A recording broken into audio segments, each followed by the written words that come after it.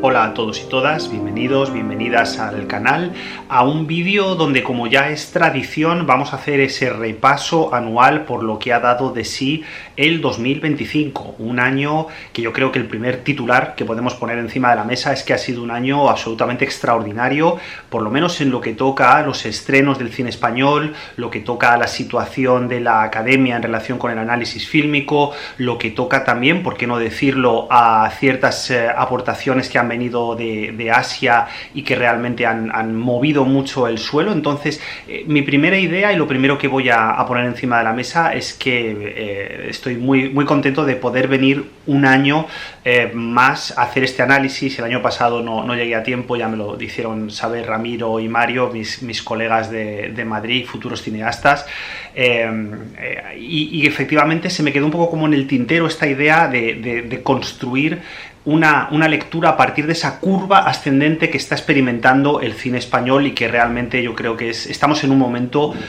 mágico donde no es muy descabellado decir que nos encontramos ante una suerte de nueva edad de oro del cine español. Hay varias, cualquier historiador tiene las suyas, desde luego, pero creo que hay una continuidad, y esta es una idea sobre la que habrá que ahondar en los años venideros, pero creo que hay una continuidad muy bonita en los grandes momentos, las grandes resurrecciones que ha tenido el cine español, desde la Segunda República hasta cierto momento posterior a la autarquía, hasta los mejores frutos de la transición, con nada que vayamos siguiendo un poco ese reguero de migas, ¿no?, de nuestra historia, y sin caer en ningún planteamiento esencialista, pero sí diciéndolo claro. Hay algo de Erice que vuelve, hay algo de lo popular del cine de la Segunda República que vuelve, hay algo de los cuadros motivo que tienen que ver con el pensamiento sobre lo rural y lo urbano que vuelve, y parece que estamos efectivamente en ese momento donde de alguna manera está cristalizando un esfuerzo, una tradición y una manera de entender el cine que había permanecido en sordina quizá demasiado tiempo, o en sordina o de manera muy minoritaria. Pero luego hablamos de esto. Yo simplemente quería empezar por aquí, ¿no? El año 2025 ha sido un año, y también esto creo que me gustaría decirlo al comienzo del vídeo, ha sido un año muy bonito porque ha sido el año en el que he visto cómo crecía y cómo llegaba a sus lectores Volver al cine. Volver al cine, saben que es el libro que salió a finales también de 2024, ahora cosa como de un año y un par de semanas, y realmente donde hemos visto cómo ha funcionado ha sido en 2025. Entonces me gustaría agradecer de corazón a todos los compañeros y compañeras que me han mandado alguna reflexión o que han publicado alguna reseña. Las han habido preciosísimas, y hasta tal punto de que el libro creo que ha sido un pequeño gran éxito, hasta el punto en el que ya prácticamente no se puede encontrar casi en librerías y solamente se puede comprar por internet, por la página web de la editorial, por Solaris, que como siempre hacen un trabajo maravilloso, y les dejo el link abajo en descripciones por si a alguien le interesa echarle un ojo. Pero que ha sido un año muy bonito porque ese trabajo que hubo de reflexión en ese libro de pronto me lo han devuelto ustedes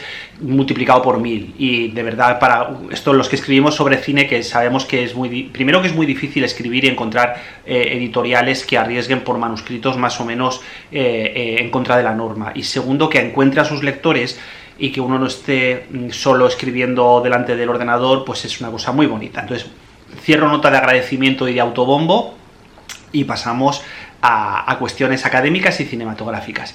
Quizá el espectador medio no tenga por qué saberlo, ¿no?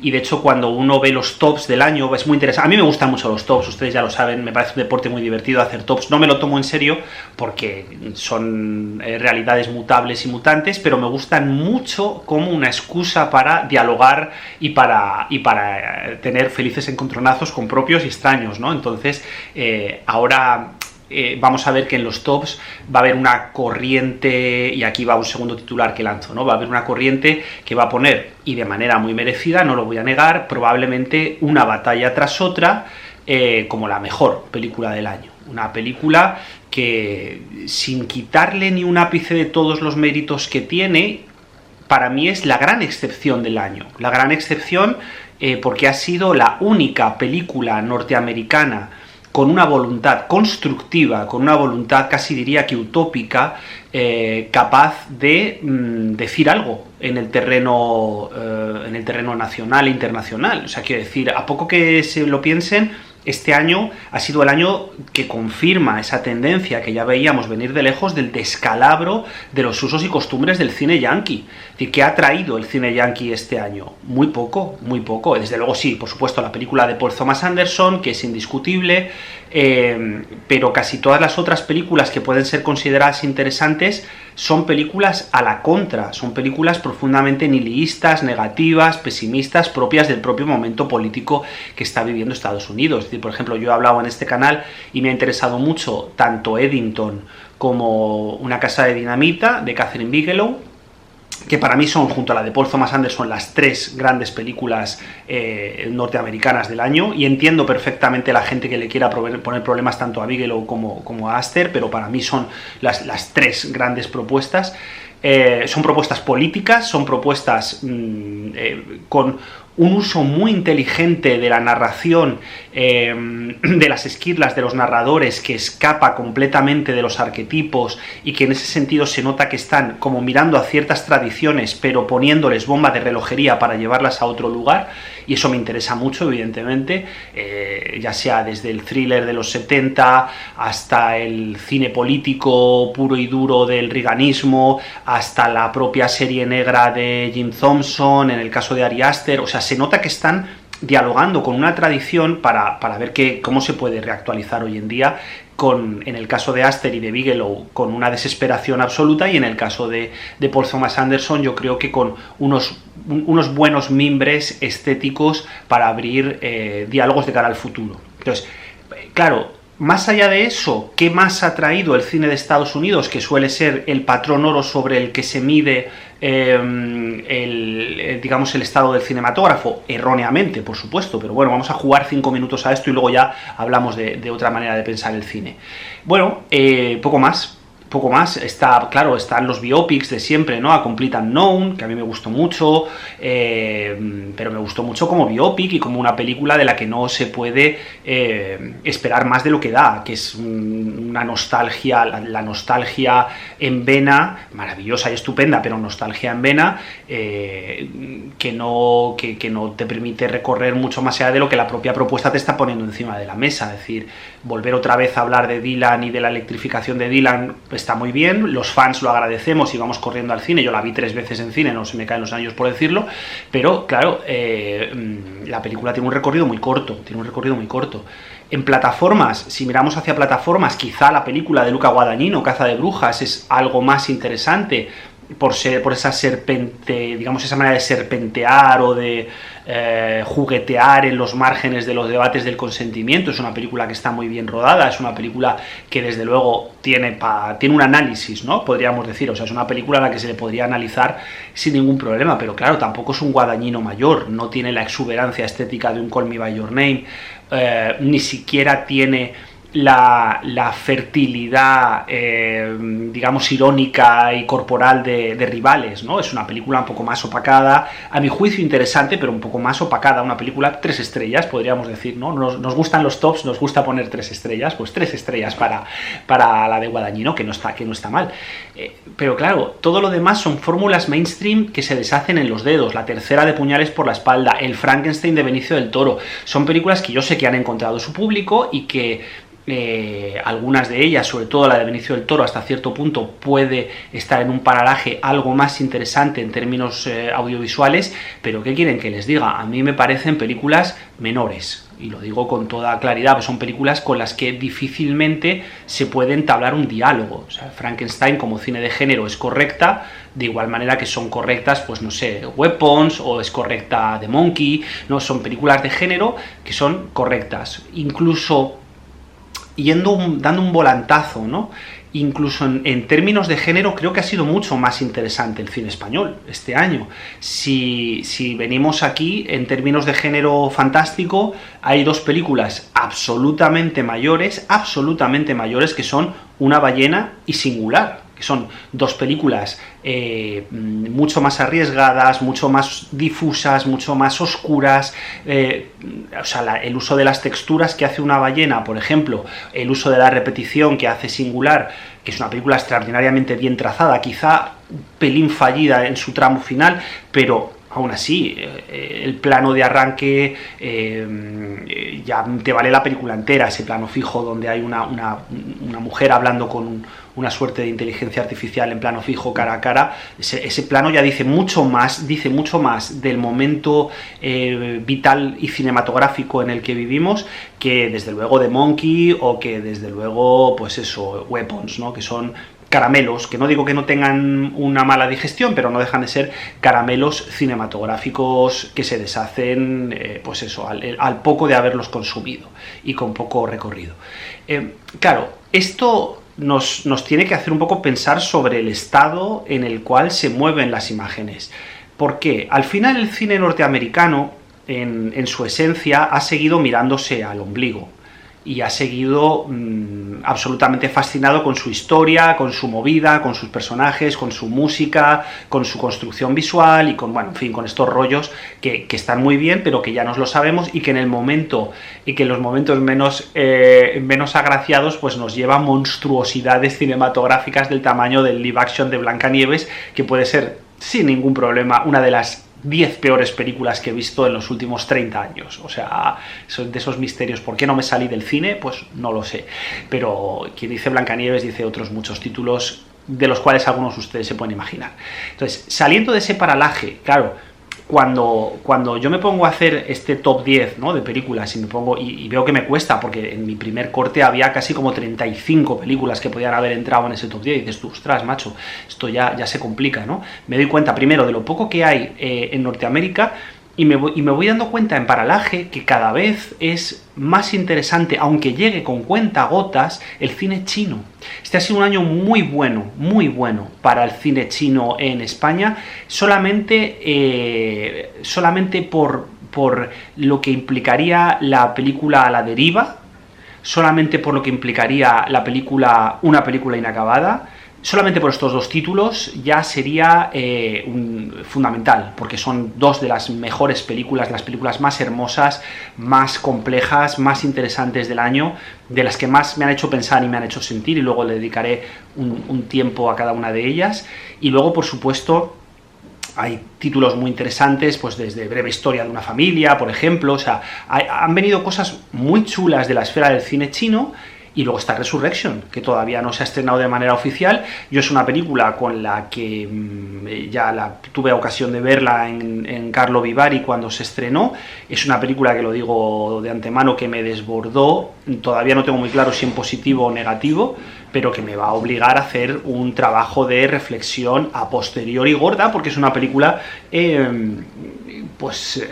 compleja, en el mejor sentido, una película que te obliga a tomar posición y que tiene, pues, esa factura desmesurada que uno casi ve como más allá de la posmodernidad, donde hay que rascar, hay que pelear con cada una de las imágenes, y tampoco hay que hacerle mucho caso, no hay que comprar su tesis. O sea, es una película que ya voy diciendo de entrada que tiene una tesis un poco plañidera y en la lógica con la destrucción del cine y todo esto, que, bueno, en fin, vale, ya sabemos cuál es, pero vuelvo a decir lo de siempre.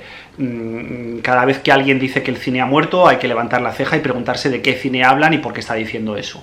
Y no hay que dejarse hundir ni por ese tipo de discursos, ni por la fusión la fagocitación de Warner manos de Netflix. Esas no son las noticias importantes. Las noticias importantes son las películas concretas, una a una. Entonces, en esta dirección, claro, A la deriva y sobre todo Una película inacabada son películas absolutamente renovadoras en el terreno de la imagen, de lo que plantean, pero a la vez son profundamente emocionantes.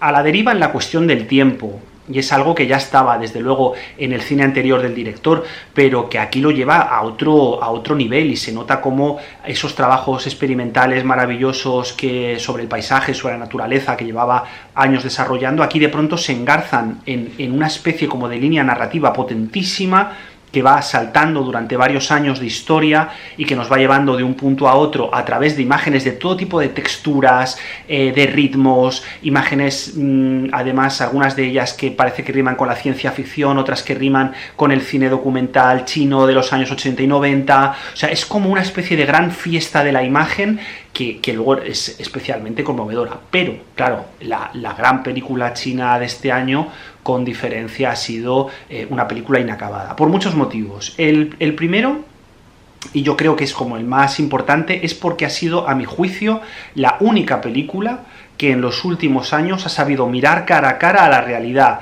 política global post-pandemia. O sea, esto es como fundamental. Porque lo ha hecho sin caer en melodrama barato, lo ha hecho sin caer en trucos de magia para empatar a las audiencias, no, lo ha hecho con una economía de los materiales visuales y narrativos, donde cada plano es importante. Es una película donde cada uno de los planos es vital, sobre todo según avanza. La película arranca, tiene un arranque interesante de unos 15 minutos, 10-15 minutos, donde uno ya parece que conoce el código, ¿vale? La metanarración, una película dentro de la película, el equipo que se junta para acabar una película que no se pudo acabar en su momento por tal cual, bien. No, o sea, dices, ya me conozco este territorio, me puedo mover con él con mayor o menor facilidad. Pero en el momento en el que se introduce la cuestión pandémica y entra una reflexión sobre qué pasó con los cuerpos y las imágenes en la pandemia, a partir de ahí la película se vuelve absolutamente excepcional. Porque es una película dura, es una película que va a poner encima de la mesa, que es lo que yo siempre digo, la cuestión del trauma colectivo, y lo simboliza. No tiene ningún miedo en simbolizar ese trauma, en hablar de amor, en hablar de soledad, en hablar de enfermedad, en hablar de política, en hablar de violencia, en hablar de la gestión de los cuerpos, pero todo con una precisión. Ya digo, cada plano es importante, cada plano es fundamental. Tiene una secuencia de escenas casi al final, bueno, los últimos 30 minutos son absolutamente de otro planeta, pero tiene una secuencia de escenas al final, casi al final, como media hora antes, quiero recordar que era una fiesta de Nochevieja. Es tan emocionante cómo está contado, tan complejo. Dice una verdad con elementos súper sencillos, con canciones súper sencillas, con unos encuadres, y esto es súper bonito, donde la construcción visual es un pacto entre lo cinematográfico y lo que nos ha legado la pandemia. Es decir, es un pacto entre la imagen de la videoconferencia, del móvil, del chat, del WhatsApp, o sea, un pacto entre ese formato concreto de imagen y lo más profundamente cinematográfico. No se trata, y esto creo que es importante decirlo, no se trata únicamente de ese tipo de películas que salieron después de la pandemia, alguna bastante interesante, por cierto, que estaban como contadas en un Skype, y entonces uno veía las pantallas del Skype y no sé qué, y había alguna de terror, había una comedia romántica que también estaba más o menos bien. Entonces, no me refiero exactamente a este tipo de películas, me refiero a hacer una reflexión sobre la imagen virtual, digamos, mediática, entendido por redes sociales, videoconferencias, chats, es decir, nuestro tránsito hacia hasta cierto punto lo que está ocurriendo ahora con ustedes viéndome en YouTube, ¿no? Esta construcción de la imagen, y ver cómo esto se puede enhebrarse en la tradición del melodrama cinematográfico y de la propia estructura cinematográfica. Hay planos, como por ejemplo hay un plano maravilloso en el que uno de los protagonistas está por la noche hablando por el móvil, se trabaja la iluminación solo del móvil, de cómo le ilumina a él, y cómo a partir de ahí el encuadre genera una sensación de opresión, de soledad, que es desgarrador, es desgarrador.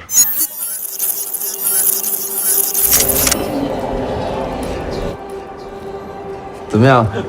抽点时间，咱们把它给拍完卖。 Y luego, por si esto fuera poco, todo el tramo final está punteado con un uso del metraje encontrado que se va como enganchando directamente sobre la propia narración ficcional de la película, que es sobrecogedor. Es sobrecogedor porque, a mi juicio, aquí metí un poco el triple, a mi juicio estas escenas lo que hacen es lanzarnos a la cara de alguna manera todo aquello que habíamos reprimido, precisamente porque teníamos que salir con este rollo del todo vamos a salir mejor, las ganas de volver a las calles, las ganas de volver a funcionar de manera comunitaria, que nos han llevado a esta especie de lodazal ideológico en el que nos encontramos chapoteando actualmente. Pero bueno, esto sabíamos que iba a pasar, nadie en su sano juicio se creyó que íbamos a salir mejor de la pandemia, evidentemente. Entonces, estas imágenes lo que hacen es como ir desactivando esa especie como de barreras, de trauma reprimido, ¿no? Si me permiten casi hacer como un arabesco psicoanalítico,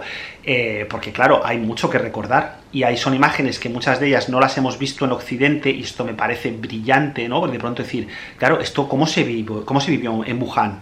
Esto, ¿cómo se vivió en ciertas partes de China? ¿Qué consecuencias tuvo el hecho de que se pudiera realizar un confinamiento masivo de la población en términos biopolíticos y al mismo tiempo en términos emocionales? Y a mí ahí la película me arrasó completamente, porque dije, ostras, este señor es el primero que realmente, a mi juicio, está reflexionando sin ningún tipo de velo, pero con una voluntad, ya digo, de simbolización y de no tirar la toalla sobre lo que nos ocurrió como sociedad. Esto ha pasado en 2025, han tenido que pasar ya unos cuantos años de la pandemia. Claro, y la idea que uno tiene, y es una idea yo creo que es chula, es que lo que la peli demuestra es que la pandemia no ha terminado en el sentido simbólico, ni mucho menos en el sentido tecnológico, sino que sus tentáculos, sus efectos secundarios han ido contaminando progresivamente toda nuestra vida y, yo no sé si están de acuerdo o no, yo lo dejo ahí, haciéndola probablemente un poquito peor. Esto no lo dice la película, esto lo digo yo al margen de la película. Pero me gustó mucho cómo encontró un lenguaje cinematográfico, cómo el director encuentra un lenguaje cinematográfico extraordinario para poder hablar de esto. Entonces, por la parte de la llegada de cine asiático, yo creo que ha sido lo más interesante, porque el cine japonés, por lo menos en lo que ha llegado a España, ha sido bastante más discreto que yo recuerde ahora mismo. Probablemente alguno de ustedes me pueda puntualizar, me pueda hacer alguna corrección.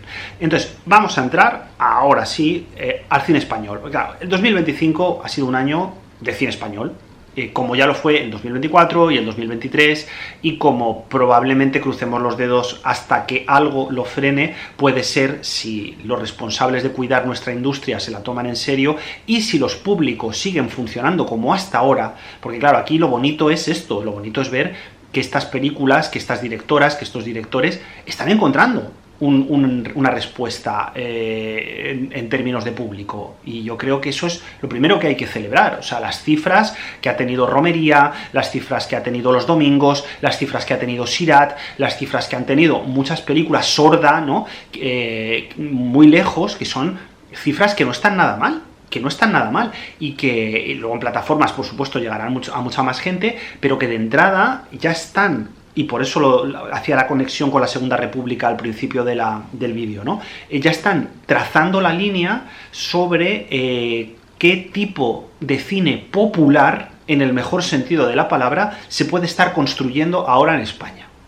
Verán, una de las cosas que estoy intentando investigar, y que ya ha salido algún paper, algún capítulo de libro y tal, y estoy como metido en esta historia, es la idea de que lo popular en España muchas veces se ha entendido en plancha con una serie de tránsitos de la taquilla. Es decir, pues lo popular es Padre no hay más que uno, lo popular es Cuerpo Escombro, lo popular es La familia Benetton, lo popular es este tipo de cine español, que no voy a cargar contra él porque cumple una labor, creo que relevante en términos de industria, y eso pues está muy bien, y porque puede ser un campo también de reflexión. No hay que tirar las películas a la basura porque a uno no le gusten, hay que utilizarlas para reflexionar, y políticamente estas películas son súper interesantes para entender muchos aspectos de la España contemporánea. Entonces digo, claro, evidentemente muchas veces se ha intentado generar como esta especie de escisión muy chunga entre un cine español popular, que sería este, que quiere decir popular, entre paréntesis, conservador, y un tipo de cine elitista, ¿no? Que estaría aparte, y que sería pues este cine de las minisalas, este cine de arte y ensayo, este cine pues donde la gente metía a Isaac y la Cuesta, donde la gente metía al principio a Carla Simón, donde la gente metía como todo esto que molestaba un poco y a lo que no se le quería dar la etiqueta de popular. Pero claro, ¿qué es lo que pasa? Por eso decía antes, la línea del cine español, que es muy diferente a la de otros países, precisamente por su origen sainetesco, precisamente por su origen vinculado con la tradición de la zarzuela y de un montón de cuestiones de literatura que ahora no puedo desarrollar, pero que me van a servir. Es ese origen popular del cine de la Segunda República que se mantiene en el cine de la autarquía. Ojo, con cuidado con esto, porque esto no hay más que leer a Castro de Paz para entenderlo, ¿no? Esos elementos de un cine que no es panfletario, que no es panfletario en el peor sentido, quiero decir, que no sirve a instrumentos políticos inmediatos, que no es ese cine de tesis cerrada, sino que es un cine donde se incorpora la música, la verbena, el humor, el amor, que al mismo tiempo es un cine que es capaz de discutir con la realidad, de hablar de lo que está pasando en la calle, de tomar en serio al espectador. Eso hay una línea que está entre la Segunda República y la autarquía, y luego ya digo, en los mejores momentos de la historia del cine español, y que aquí de pronto ha vuelto, y cuando tú ves Los Domingos, y Los Domingos empieza con la canción de Quevedo y Bizarrap, y luego incorpora a Nick Cave, o cuando tú ves lo que hizo Pilar Palomero el año pasado, creo que fue el anterior, con La Maternal, incorporando la música de Estopa y la de C. Tangana, y cuando uno... ¿cuál es una de las grandes secuencias de este año? La de Bailaré sobre tu tumba, de Romería, que es una lectura extraordinaria del pasado de España, del pasado inmediato de España, utilizando elementos populares, la verbena, la fiesta, Siniestro Total, la historia del punk. Esto es maravilloso. Esto es maravilloso porque precisamente está permitiendo que tengamos una escritura de nuestro presente tremendamente potente. Y además, como digo, reconocida por el público. Porque el público reconoce, el público decide pagarse 8 euros, 9 euros que le cuesta la entrada para dárselos a estas películas antes que a otras. ¿Por qué? Porque sabe que hay una verdad que tiene que ver con el problema de España y con los problemas de España y de la historia reciente, presente y futuro de España que están cristalizando en estas películas. Entonces son películas absolutamente asombrosas. Y películas que están llamando abiertamente un debate. Voy a poner, claro, cuál es la gran escisión del año en cine español. Sirat, por un lado, frente a Los Domingos, por otra, ¿no? Claro, Sirat es una película de la que yo he discutido muchísimo y seguiré discutiendo en los próximos meses, porque exige una posición, y yo entiendo perfectamente, porque a mí me pasó, yo entiendo perfectamente la gente que se enfada mucho con ciertas decisiones de guión de Sirat, porque son decisiones de niño de primaria. O sea, vamos a decirlo ya claramente, hay dos momentos en Sirat, que seguro que si la han visto saben cuáles son, que son dos Deus Ex Machina, como dos casas que hubieran suspendido en cualquier escuela de guión mínimamente seria. Pero, claro, pero aquí viene el pero.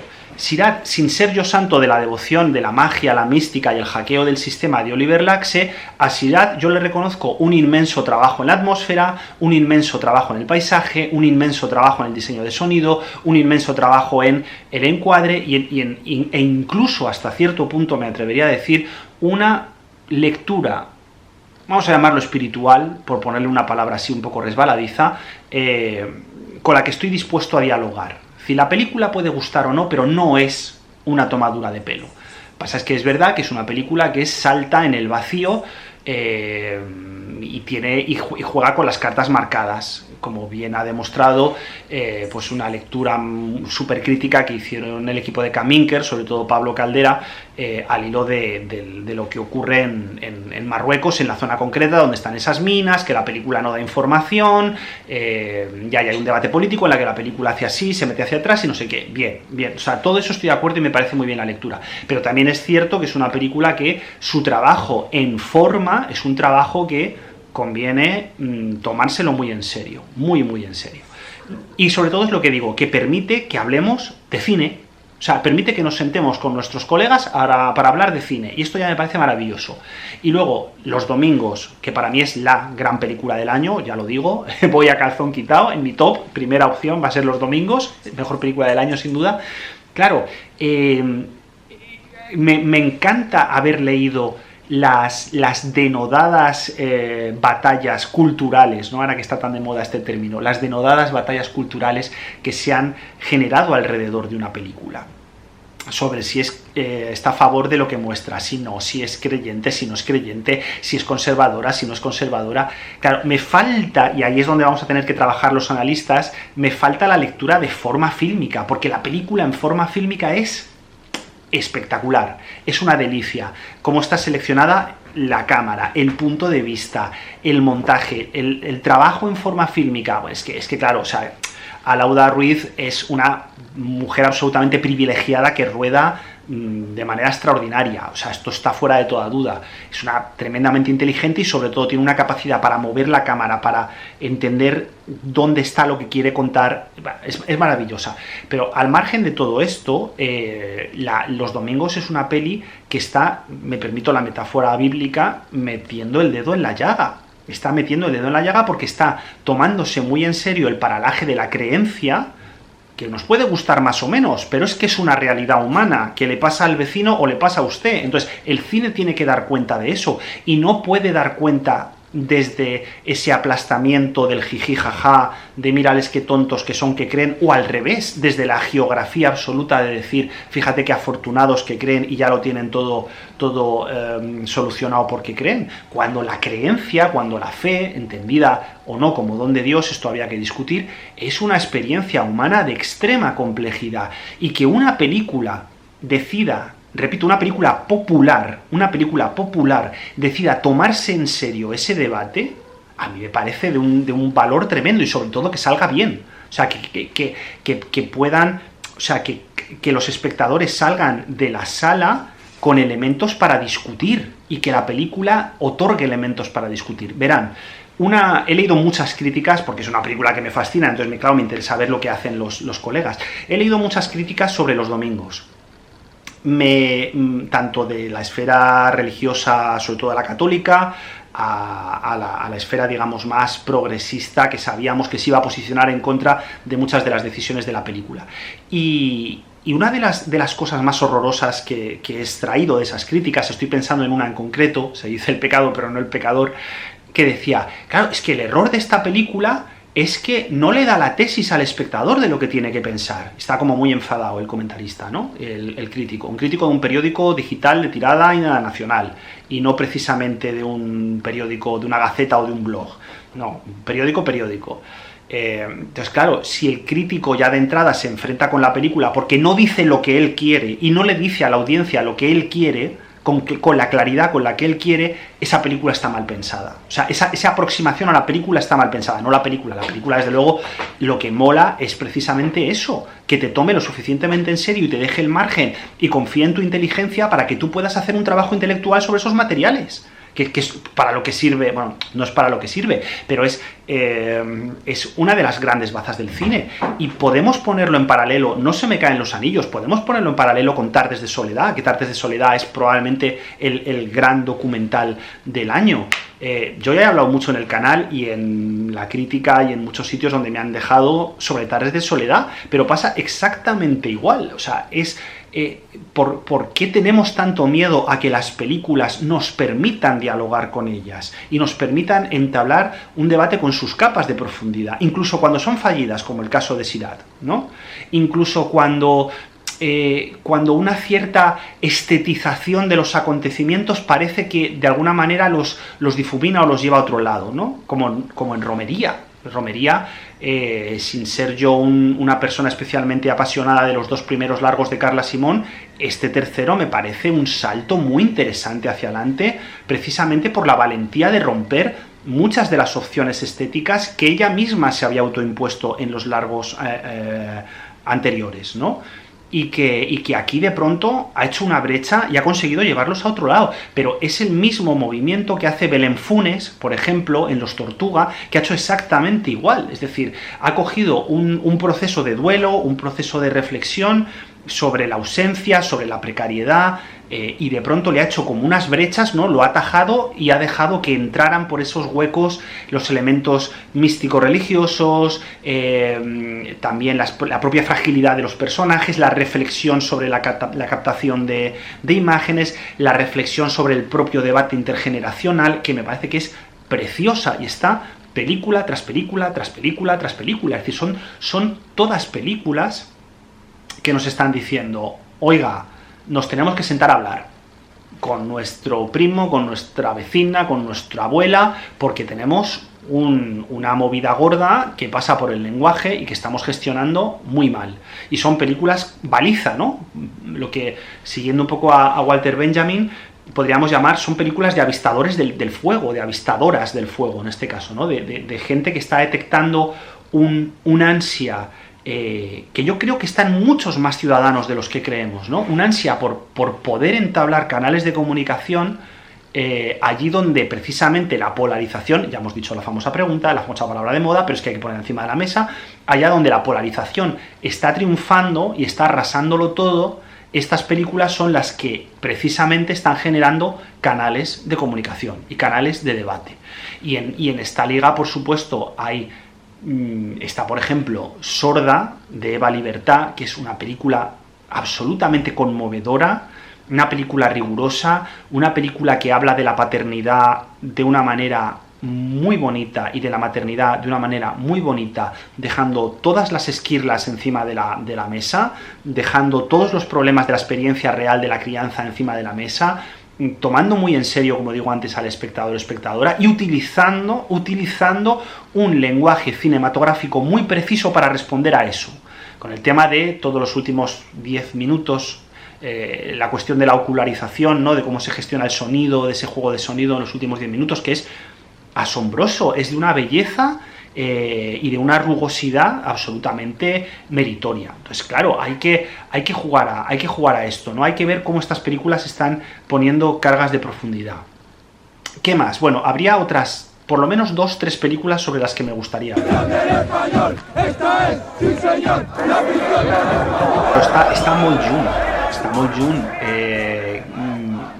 que es una película que yo creo que nos ha pasado a todos por encima como una pisonadora. Es una película fantástica, con un Mario Casas en estado de gracia, que de pronto como que ha descendido al verdadero tejido de los debates sociales contemporáneos, ha regresado a los años de la crisis, igual que antes hablaba de una película inacabada como una de las pocas películas que realmente han sido capaces de hablar y de simbolizar la cuestión de la pandemia. Para mí, muy lejos, es una película que simboliza con una belleza y una precisión el trauma en el que todavía estamos y en el que vamos a seguir muchos años, de la crisis económica de 2008 y sus consecuencias, claro, en términos de género, en términos de identidad, en términos de sensibilidad, ¿no? Lo que hace Mario Casas en esta película es fabuloso, o sea, esa capacidad para hilvanar las capas, ¿no? Para jugar con todos los papeles que ya ha hecho, con todos los hombres que ha sido en pantalla, para romperlos, para dejar espacio a una duda, para dejar que esa duda crezca y para hacerla dialogar con el arte, con la propia idea de la belleza, ¿no? Que para mí hay muchas escenas tremendamente hermosas en Mo Jun. Una de ellas está Nausicaa Bonin, que por cierto aparece, menos mal que la volvemos a tener otra vez en pantalla, en un papel protagonista en otra de las películas del año, que es Extraño Río, que es una película absolutamente deliciosa, fantasmagórica, con un trabajo de cámara, un movimiento de cámara. O sea, qué manera de construir espacios y de mover la cámara que tiene esta película. Formalmente es una absoluta delicia. Es una película de tono, ¿no? De esta que de pronto coge un tono y lo va desarrollando escena tras escena, tras escena, tras escena, y te va haciendo descender con ella, ¿no? Hasta el corazón mismo de lo que quiere contar, de la trama y de la vivencia que plantea, que son películas absolutamente maravillosas. O sea, son películas que en cualquier otro año hubieran podido estar, ya digo, en el top 1, top 2 o top 3 de mis humildes listas y las de muchos de mis colegas. Entonces, claro, esto es porque hay, repito, una industria y un público que están aceptando este debate que plantean estas películas y que las está considerando realmente como interlocutores y como interlocutoras. En el ámbito del cine europeo, ¿no? Y ya para terminar o para ir terminando, para mí ha sido sin duda alguna el año de Valor Sentimental, de la de Joachim Trier. Claro que ha habido películas muy buenas de otras latitudes, ha habido, pues estoy pensando en Unfalling, estoy pensando en la película del duelo de esta cosa negra con plumas, no me acuerdo exactamente cómo la tradujeron, que no está nada mal. Ha habido, ya digo, ha habido películas muy interesantes en muchos paralajes, pero quizá la que a mí más me interesa es Valor Sentimental. Es una película a la que probablemente, si Dios quiere, en algún momento le dedicaré un análisis aquí en el canal, como el de Perfect Days o como el de After Sun, porque creo que va un poco como en esta misma línea. Claro, Valor Sentimental, mira, justo hablando de Perfect Days, ¿no? Hay como un debate que se abrió cuando Perfect Days llegó a salas sobre si Perfect Days era o no era una continuidad de la estructura y de la escritura de Yasuhiro Ozu, y que aquí en Valor Sentimental vuelve, porque nos preguntamos si es una reescritura y hasta qué punto es una reescritura de la obra de Bergman. Entonces, claro que Joachim Trier no es Bergman, ni falta que le hace, y claro que sus personajes no son solo bergmanianos, ni falta que les hace, sin que desde luego él esté discutiendo claramente con la cultura nórdica.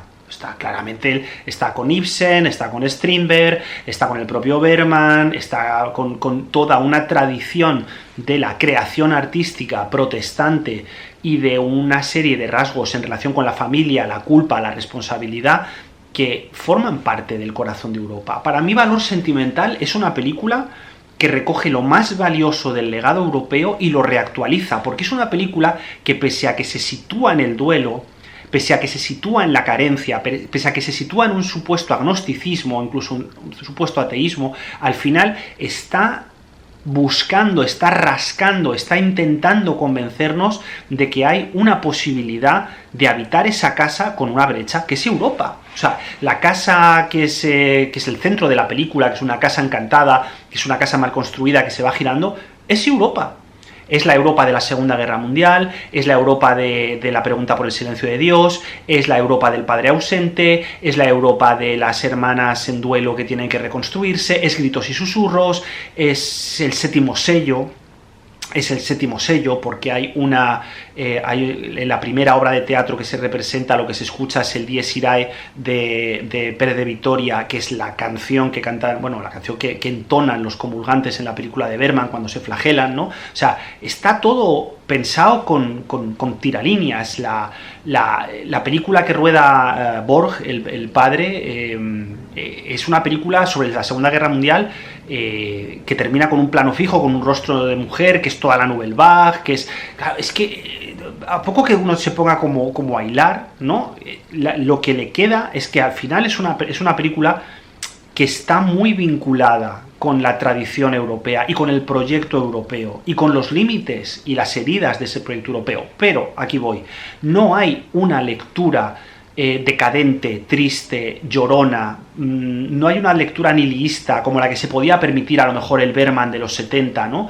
O incluso de los 60, el pre-Fanny Alexander, porque luego ya Fanny Alexander es otra cosa, pero no hay un caer en ese desgarro, en esa oscuridad que tanto nos fascinó en su momento de la modernidad y que luego se repite en otras cinematografías de la modernidad, la de Antonioni, no sé qué, tal, ¿no? En un código más mediterráneo. No, aquí lo que hay es una apuesta, decir, vale, estos personajes están reventados, pero van a encontrar una manera de hablar y van a encontrar una manera de encontrarse. Lo mismo que hemos visto en el cine español, exactamente lo mismo. Hay mucho dolor, hay cosas que no cuadran, hay deudas pendientes, pero tiene que haber un canal de comunicación y tiene que haber la posibilidad de una palabra. ¿Qué palabra es? El cine. Claro, son películas que están diciendo, tenemos que confiar en el cine, pero es que no me estoy volviendo loco. Romería, Los Tortuga, Valor Sentimental, una película inacabada. Si a poco que lo piensen, son películas una detrás de otra que están diciendo lo mismo. En un mundo que se descompone, solo podemos confiar en el cine. Bueno, no solo, pero es una de las cosas en las que tenemos que confiar, en la posibilidad catártica del cine. Es decir, en el 2025... que ha sido un año políticamente infame y lo que te rondaré morena, que ha sido un año en el que para los sujetos, yo creo que del signo que seamos, ha sido muy difícil vivir. cada vez con más violencia en los procesos de comunicación, cada vez con menos certezas, cada vez con la sensación de que el suelo está resquebrajándose bajo nuestros pies, y estas películas están intentando de alguna manera lo que no intenta la política. Es decir, lo que no intentan nuestros responsables, que no hacen más que insultarse, que llamar a un guerra civilismo, que gritar y tú más, y tú más, y tú más, en vez de ofrecer ninguna puñetera solución coherente para la ciudadanía, en vez de ir a lo que realmente se está cayendo a pedazos, como es la vivencia de la convivencia, de la vivienda, de los grandes problemas que realmente tenemos encima de la mesa, pues mientras estos señores y señoras se dedican a insultarse y a parecer niños malcriados en un patio de colegio, las películas están intentando cohesionar como buenamente se pueda la posibilidad de una vida digna de ser vivida. Claro, qué catástrofe, ¿no? Qué catástrofe cuando es el arte en un sentido más complejo, más puro, más estricto, el que tiene que cumplir esta labor social, porque los supuestos garantes de la palabra y de la validez de la palabra que hay ahí fuera, en realidad lo que hacen es hacernos temblar cada vez que hacen la boca. Entonces, gracias al cine en 2025, veremos qué nos trae el 2026.